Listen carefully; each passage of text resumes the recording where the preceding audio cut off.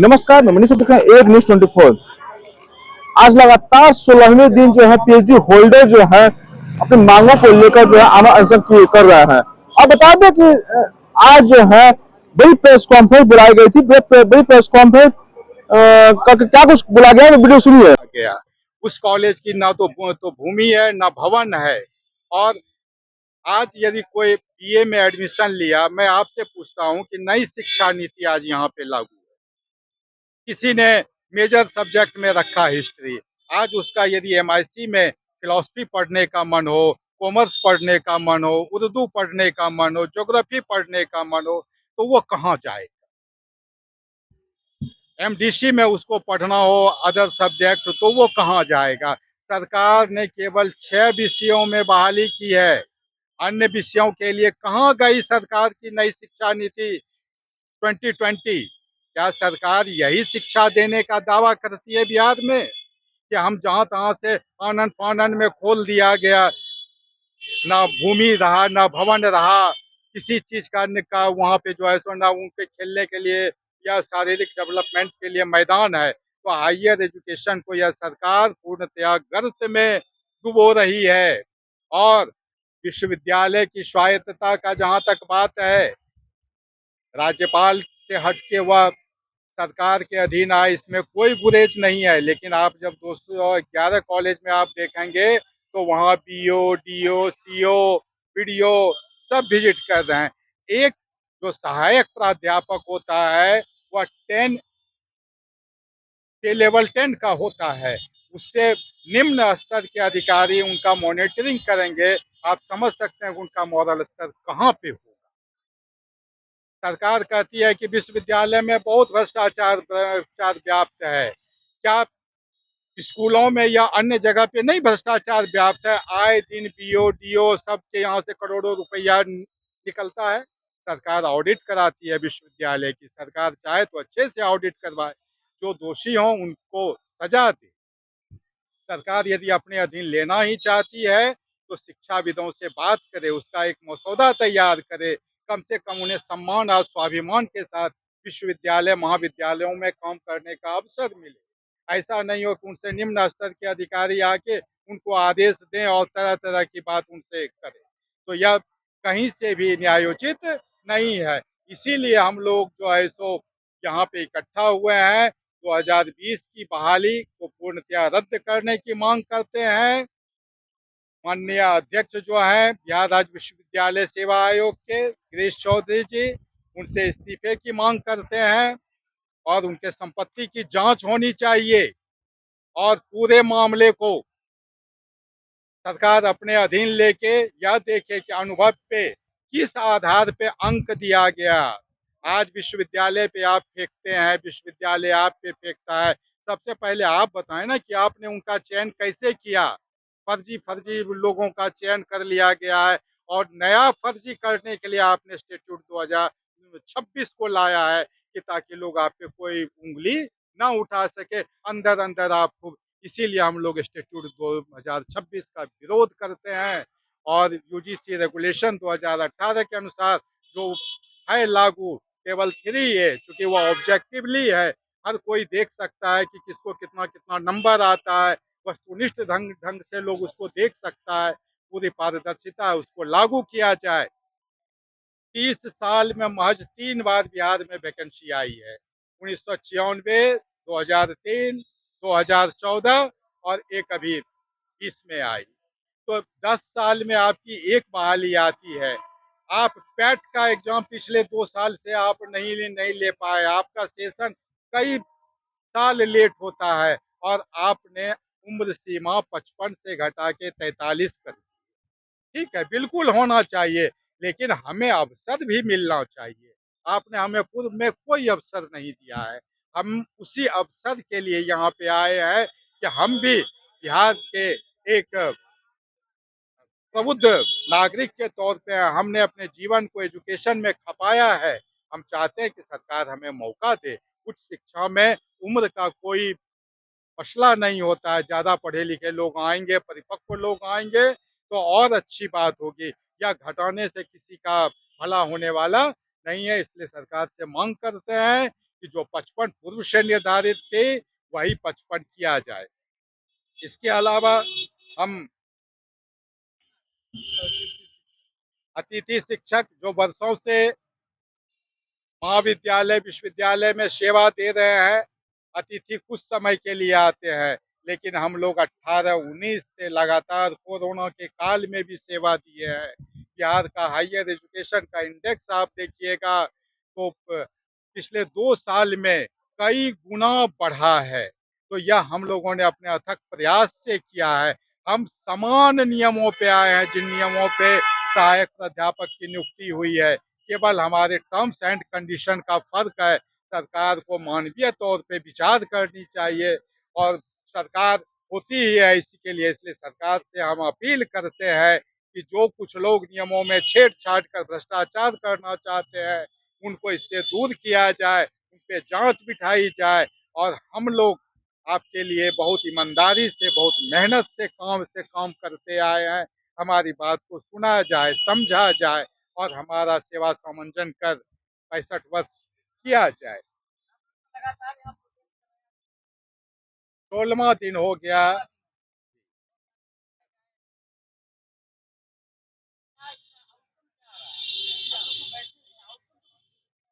Outcome सरकार से बात हो नहीं पा रही है।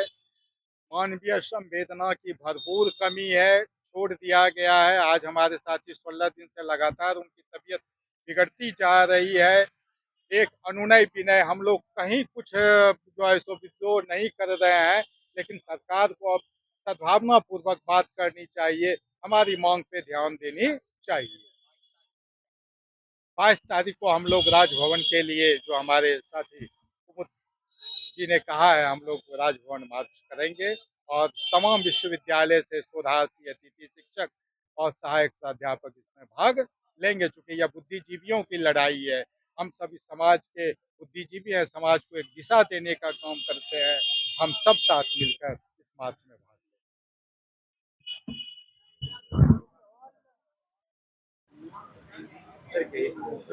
आज हमारा अनशन का हमारा 16वां दिन है और ये सरकार जो है गूंगी बहरी के साथ लंगड़ी भी हो चुकी है। और जो ये लड़ाई है ये कुमुद पटेल की लड़ाई नहीं है, ये लड़ाई पूरे बिहार के शोधार्थियों की लड़ाई है। ये लड़ाई पूरे बिहार के अतिथि शिक्षकों की लड़ाई है। ये लड़ाई पूरे बिहार के पीएचडी होल्डरों की लड़ाई है। लेकिन ये सरकार चाहती है कि उच्च शिक्षा का हम बेड़ा गर्क कैसे कर दें। इस सरकार की मंशा है कि शिक्षा व्यवस्था को कैसे हम बर्बाद करें।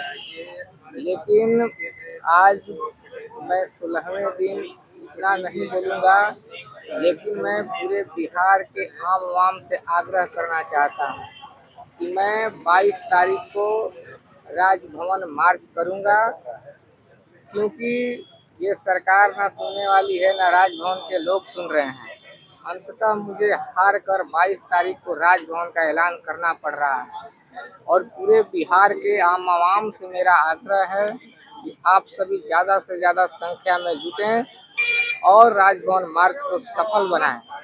अगर आप इस लड़ाई में शामिल नहीं होते हैं तो आने वाले समय में आपकी पीढ़ियाँ पूछेगी, जब उस शिक्षा को बर्बाद किया जा रहा था तो आप कहाँ सो रहे थे। तो हम पुनः आप सभी से आग्रह करेंगे।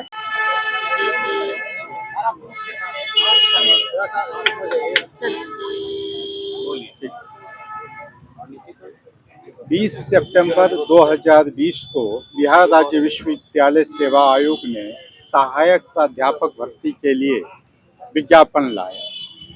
बहुत सारे अभ्यर्थी इसमें शामिल हुए और आयोग का यह जो बहाली था यह बिल्कुल पारदर्शी तरीके से होना था।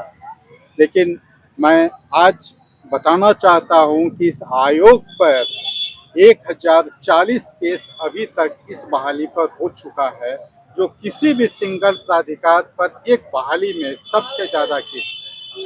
यह वो लोग हैं जो हिम्मत करके कोर्ट आ सके। बहुत सारे हमारे साथी ऐसे भी होंगे जो कि धन के अभाव में, सुविधा के अभाव में यहाँ तक नहीं आ पाए। कई कई केस में पिटिशनर की संख्या 30 तक है। 2 4 10 तो प्राय बहुत सारे केस में लोग हैं लगे हुए। मैं बताना चाहता हूँ कि इसमें अनुभव पर मिलने वाला 10 अंक, शोध प्रकाशन पे मिलने वाला 10 अंक, साक्षात्कार में 15 अंक और अवार्ड के लिए 3 अंक था। कुल मिला के 38 अंक किसी भी अभ्यर्थी को फर्श से अर्श तक ले जाने के लिए और अर्श से फर्श तक लाने के लिए काफी था। मैं स्वयं उस का एक अभ्यर्थी रहा। मैं नेट क्वालिफाइड हूँ, पीएचडी हूँ, 5 रिसर्च आर्टिकल का नंबर मुझे मिला। इंटरव्यू में भी मुझे 15 में से 10 नंबर आया। कुल मिला के 91 हुआ, इसके बावजूद भी उसमें चयन नहीं हुआ। अब सोचना यह है कि नेट, पीएचडी और सारा क्वालिफिकेशन होने के बाद भी एक अभ्यर्थी का चयन नहीं होता है, तो यह विडंबना है कि आगे वो क्या करेगा। तो ऐसा हुआ क्यों? इसका मुख्य कारण है कि आयोग का जो विज्ञापन था उसकी कंडिका 5.5 को जब आप देखेंगे तो उसमें लिखा हुआ है कि उन्हीं अभ्यर्थियों को अनुभव प्रमाण पत्र का अंक मिलेगा जिनकी सेवा संपुष्ट हो। कितने अभ्यर्थियों की सेवा संपुष्ट है? लगभग 9 के बराबर है। आयोग खुद इस बात को मान रहा है कि हमने जिन लोगों का चयन किया है, कई को उन्होंने हटाया भी है, उनकी सेवा संपुष्ट नहीं है, यह कहते हुए उन्होंने हटाया है। मैं आज जो है सो दिखाना चाहता हूं कि बहुत सारे अनुभव प्रमाण पत्र जिसको आप देखेंगे, देख के ही लगता है कि यह अकॉर्डिंग टू 5.5 नहीं है, न ही कहीं सेवा संपुष्टि का इसमें जिक्र है। आयोग यह बताए कि इसको किस आधार पे 10 नंबर दिया गया, या जो भी नंबर के लिए यह सक्षम था 2 4 10 दिया गया। तो यह जो आयोग अनुभव पे खेला किया है, यह खेला जो है सो इसका बहुत दिन तक चलने वाला नहीं है। इसमें कहीं न कहीं भ्रष्टाचार की बदबू है। रिसर्च पेपर पे जब आप जाएंगे तो एक ही मैगजीन के एक कैंडिडेट के अभ्यर्थी को अंक दिया गया है, दूसरे कैंडिडेट को उस पे अंक नहीं दिया गया। आज इन तमाम चीजों को लेके कोर्ट केस जाने वाले की संख्या 1000 से ऊपर है। जो हमने बताया, मामला 2 साल से लंबित है। सरकार उच्च शिक्षा विभाग को यह जवाब देना चाहिए कि ये इस भ्रष्टाचार के पीछे कौन है, आखिर क्या मंशा थी। सरकार कहती है कि हम पाक साफ बहाली करते हैं, लेकिन इस बहाली का जिम्मा कौन लेगा जिस बहाली में पर्याप्त भ्रष्टाचार हुए हैं। आए दिन आप उसके लिए लेटर निकालते हैं कि जांच हो। 2 साल से यह जांच की प्रक्रिया चल रही है, आखिर कब तक चलेगी? और इसी खुंदक को निकालने के लिए जो नया इंस्टीट्यूट 2026 में लाया गया, इसमें से अनुभव के अंक को हटा दिया गया। यूजीसी रेगुलेशन 2018 का जो टेबल 3A था उसको पूर्णतः समाप्त कर दिया गया, जबकि इस टेबल 3A पर सभी सेंट्रल यूनिवर्सिटी में बहाली होती है। यह बिल्कुल पारदर्शी होता है और इसको हटाकर एक लिखित परीक्षा का लाया गया। ठीक है, बहुत स्वागत करते हैं कि लिखित परीक्षा होनी भी चाहिए, लेकिन इसकी शुचिता और पवित्रता को कौन तय करेगा? प्रश्न यह है। जब भी कोई डिस्क्रिप्टिव आंसर लिखा जाता है, खास करके हायर एजुकेशन के सेक्टर में, यदि हम इतिहास विषय को लें तो कोई राष्ट्रवादी शैली में लिखता है, कोई वामपंथी शैली में लिखता है, कोई दक्षिणपंथी, सबका अपना अपना शैली है। यदि एक शैली का लिखने वाला हो और दूसरा शैली का चेक करने वाला हो तो आप स्वयं समझ सकते हैं कि अंक कहाँ से होगा। दर्शन शास्त्र विषय में कोई ईश्वरवाद की भावना से प्रभावित होता है, कोई अनिश्वरवादी होता है, कोई जड़वादी होता है, कोई चेतनवादी होता है। हायर एजुकेशन में आते आते अभ्यर्थी किसी न किसी एक विचारधारा से प्रभावित हो जाते हैं, उनके ऊपर यह प्रभाव रहता है। तो यदि एक ईश्वरवादी अभ्यर्थी लिखता है और उसका जांच अनिश्वरवादी शिक्षक करेंगे तो आप स्वयं समझ सकते हैं कि उस पर मार्किंग क्या होगा। तो मार्किंग कैसे होगा यह महत्वपूर्ण है। अभी जो लिया गया कॉन्ट्रेक्चुअल बहाली, आप सब होंगे कि 211 कॉलेज में लिया गया। इसमें जरा सा भी कहीं पे कोई पारदर्शिता नहीं है। मैं आप लोगों के माध्यम से यह बताना चाहता हूं कि कोई बताए कि किसी का चयन क्यों 1 नंबर पे हुआ, किसी का चयन क्यों 2 नंबर पे हुआ। क्या समाज को जानने का हक नहीं है कि इसने कितना अंक लाया? आप कहते हैं क्या कि यह उसका व्यक्तिगत मामला है। रिजल्ट और उसमें लाया गया अंक किसी का व्यक्तिगत मामला नहीं होता है। आप उसको प्रदर्शित कीजिए, आप उसको दिखाइए। तो सरकार के थ्रू जो यह बहाली चल रही है यह पूर्ण रूप से गोपनीय है, अपारदर्शी है और इस पे गड़बड़ी की आशंका से गुरेज नहीं किया जा सकता है। इसलिए हम यहाँ से चाहते हैं कि सरकार इन सभी चीजों को सुधारे, परीक्षा ले तो वह उसकी पहले शुचिता को तय करे कि वह कहाँ से लेगी, कैसे लेगी। पीएचडी पे सरकार के कुछ लोग कहते हैं कि पीएचडी जैसे आखिर पीएचडी की डिग्री भी तो आप ही के द्वारा दिया जाता है। इसमें हम अभ्यर्थियों का क्या दोष है? हम अभ्यर्थी जो इसमें शामिल होते हैं, देते हैं, 5 साल हम इसमें लगाते हैं, हम लोगों का क्या दोष है? दूसरी बात मैं आपको बताऊं, आज 211 कॉलेज खोल दिया गया। उस कॉलेज की ना तो भूमि है ना भवन है। और आज यदि कोई बीए में एडमिशन लिया, मैं आपसे पूछता हूं कि नई शिक्षा नीति आज यहाँ पे लागू है। किसी ने मेजर सब्जेक्ट में रखा हिस्ट्री, आज उसका यदि एमआईसी में फिलॉसफी पढ़ने का मन हो, कॉमर्स पढ़ने का मन हो, उर्दू पढ़ने का मन हो, ज्योग्राफी पढ़ने का मन हो, तो वो कहाँ जाएगा? एमडीसी में उसको पढ़ना हो अदर सब्जेक्ट, तो वो कहाँ जाएगा? सरकार ने केवल 6 विषयों में बहाली की है। अन्य विषयों के लिए कहाँ गई सरकार की नई शिक्षा नीति 2020? क्या सरकार यही शिक्षा देने का दावा करती है बिहार में कि हम जहां तहां से आनन फानन में खोल दिया गया, ना भूमि रहा ना भवन रहा, किसी चीज का वहां पे जो है सो ना उनके खेलने के लिए या शारीरिक डेवलपमेंट के लिए मैदान है। तो हायर एजुकेशन को यह सरकार पूर्णतया गर्त में डुबो रही है। और विश्वविद्यालय की स्वायत्तता का जहां तक बात है, राज्यपाल से हटके वह सरकार के अधीन आए, इसमें कोई गुरेज नहीं है। लेकिन आप जब 211 कॉलेज में आप देखेंगे तो वहाँ बीओ, डीओ, सीओ, बीडीओ सब विजिट कर रहे हैं। एक जो सहायक प्राध्यापक होता है वह लेवल 10 का होता है, उससे निम्न स्तर के अधिकारी उनका मॉनिटरिंग करेंगे। आप समझ सकते हैं उनका मॉरल स्तर कहाँ पे होगा। सरकार कहती है कि विश्वविद्यालय में बहुत भ्रष्टाचार व्याप्त है। क्या स्कूलों में या अन्य जगह पे नहीं भ्रष्टाचार व्याप्त है? आए दिन बीओ, डीओ सबके यहाँ से करोड़ों रुपया निकलता है।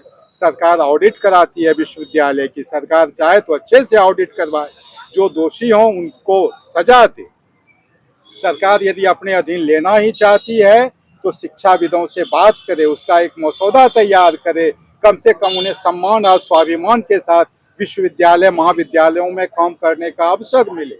ऐसा नहीं हो कि उनसे निम्न स्तर के अधिकारी आके उनको आदेश दें और तरह तरह की बात उनसे करें। तो यह कहीं से भी न्यायोचित नहीं है। इसीलिए हम लोग जो है सो यहाँ 14 और एक अभी 20 में आई, तो 10 साल में आपकी एक बहाली आती है। आप पैट का एग्जाम पिछले 2 साल से आप नहीं ले पाए, आपका सेशन कई साल लेट होता है और आपने उम्र सीमा 55 से घटा के 43 कर दी। ठीक है, बिल्कुल होना चाहिए, लेकिन हमें अवसर भी मिलना चाहिए। आपने हमें पूर्व में कोई अवसर नहीं दिया है। हम उसी अवसर के लिए यहाँ पे आए हैं कि हम भी बिहार के एक प्रबुद्ध नागरिक के तौर पे हमने अपने जीवन को एजुकेशन में खपाया है। हम चाहते हैं कि सरकार हमें मौका दे। उच्च शिक्षा में उम्र का कोई मसला नहीं होता है। ज़्यादा पढ़े लिखे लोग आएंगे, परिपक्व लोग आएंगे तो और अच्छी बात होगी। या घटाने से किसी का भला होने वाला नहीं है। इसलिए सरकार से मांग करते हैं कि जो 55 पूर्व से निर्धारित थे वही 55 किया जाए। इसके अलावा हम कहाँ पूछना पीएचडी होल्डर में लगातार 16वें दिन से मुकुंद पटेल जो है हमारे आंसर पर बैठे हैं। तो आज जो है प्रेस कॉन्फ्रेंस करके साहब बता रहे हैं कि आगामी 22 तारीख को, जी हाँ, आगामी 22 तारीख को जो है लोक भवन का घेराव करेंगे। इनका कहना था कि सरकार की तरफ से कोई सकारात्मक बात नहीं हो रही है, चलते अब आगामी 22 तारीख को जो है लोक भवन का घेराव करेंगे। तमाम खबर देखने के लिए एक न्यूज़ 24 से बने। धन्यवाद।